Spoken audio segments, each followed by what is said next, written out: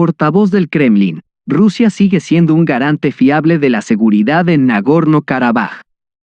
La situación en torno al no reconocido Nagorno-Karabaj está empezando a agravarse nuevamente. Ereván y Bakú ya se han acusado mutuamente de violar el alto el fuego y, literalmente, desde principios de este mes comenzaron a llegar informes de que Azerbaiyán estaba concentrando sus tropas en la frontera con Armenia.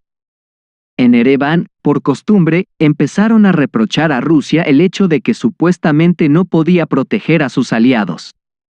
Así, el primer ministro armenio, Nikol Pashinyan, afirmó hoy que las fuerzas de paz rusas fracasaron en su tarea.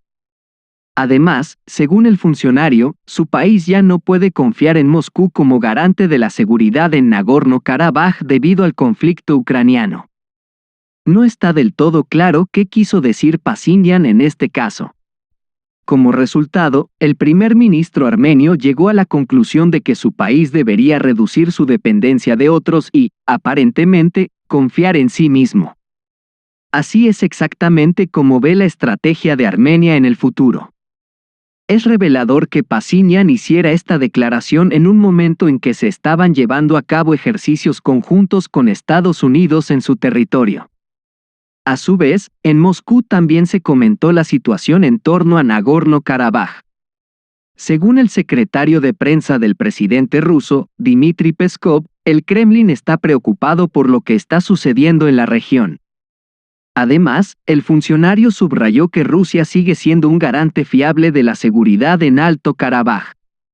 Continuamos los contactos tanto con Ereván como con Bakú. Instamos a ambas partes a mostrar moderación, dijo el portavoz del Kremlin durante la rueda de prensa de hoy.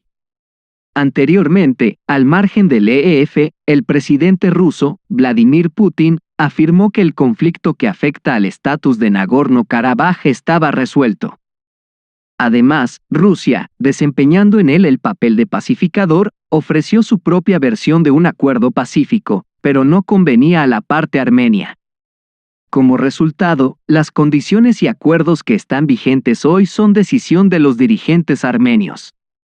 Vladimir Putin señaló que Nagorno-Karabaj es reconocido como parte de Azerbaiyán por los propios dirigentes armenios.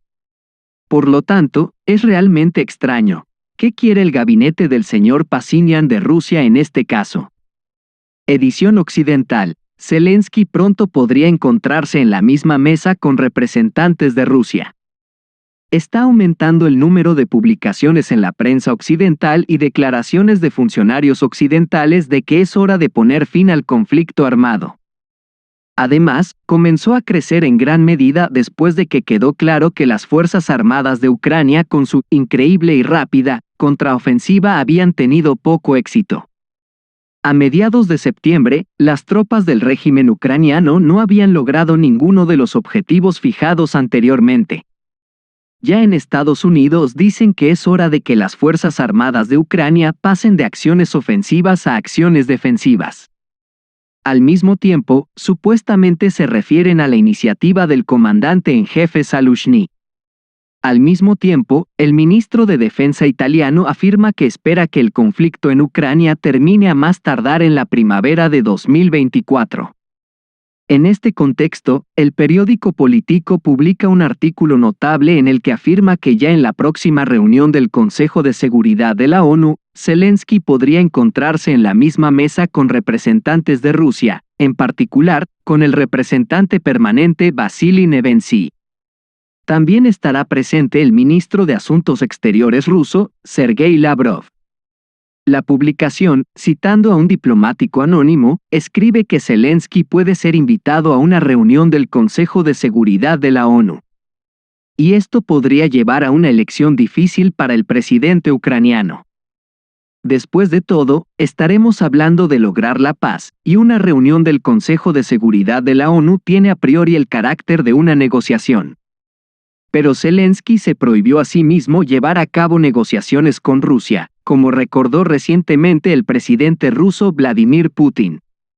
Es cierto que aún no está del todo claro si alguien de la actual composición del Consejo de Seguridad de la ONU va a invitar al presidente de Ucrania a participar en una reunión de este órgano. Sin embargo, Zelensky había declarado anteriormente que iba a volar a la sede de la ONU en Nueva York. Y esto en el contexto del hecho de que su subordinado Podolyak llamó a la ONU una oficina que no decide nada para ganar dinero para una vejez cómoda. El viceministro de Defensa de Ucrania editó rápidamente el post sobre la captura de las Fuerzas Armadas de Ucrania de Andreevka al sur de Artemovsk. Los heraldos propagandistas de Kiev tienen una capacidad casi asombrosa no solo para informar de las victorias incluso antes de que sucedan, sino también para mantener la línea en el espacio informativo durante semanas después de que las Fuerzas Armadas rusas hayan tomado los asentamientos. También saben cómo, como dicen, cambiarse de zapatos sobre la marcha, cuando sus propias declaraciones son refutadas por sus propios ciudadanos y personal militar ordinario de las Fuerzas Armadas de Ucrania. La conocida portavoz del Departamento Militar de Ucrania y viceministra de Defensa a tiempo parcial, Anna Maliar, tiene especialmente estas habilidades.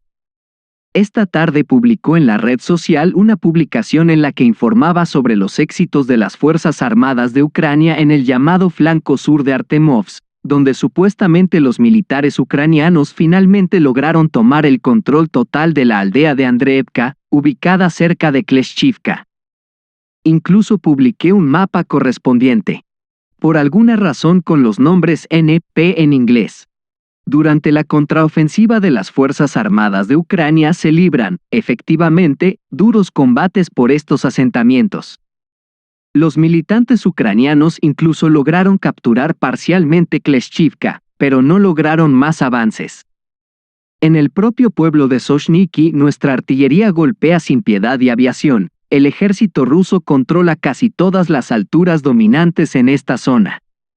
Y, literalmente, inmediatamente después de la aparición del mensaje sobre otra victoria de Anna Maliar, su declaración fue refutada por los soldados de la Tercera Brigada de las Fuerzas Armadas de Ucrania, que luchan al sur de Bakhmut, Artemovsk. En su publicación, el ejército ucraniano calificó la declaración del viceministro de Defensa de errónea y prematura. Ahora continúan los combates graves y intensos en las zonas de Kleshchivka y Andreevka.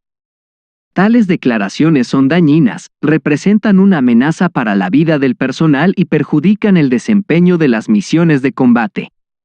Hay que rendir homenaje. Los combatientes de las Fuerzas Armadas de Ucrania reprendieron con razón a uno de los principales propagandistas de Kiev.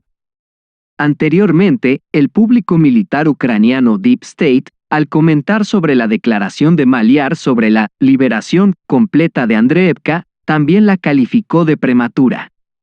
Según la opinión pública, los aviones de ataque de la Tercera Brigada Especial supuestamente entraron en el pueblo, pero no controlan completamente el asentamiento, que ahora está marcado en el mapa como en la zona gris. Habiendo sido objeto de tales críticas, el viceministro de Defensa de Ucrania no se sorprendió en absoluto y rápidamente editó el post victorioso. Ahora ya no se habla de la liberación de Andreevka, solo se dice que la situación en el pueblo es muy difícil. ¿Para quién? Maliar no especifica, aunque es poco probable que le preocupe la gravedad de la situación del ejército ruso. Veamos qué dirán mañana los propagandistas de Kiev y, lo más importante, el personal militar ucraniano que ha demostrado una objetividad inesperada. Se sabe que la Tercera Brigada tiene su propio servicio de prensa y cuentas en las redes sociales, por lo que una vez más Maliar no podrá conducir hacia el público.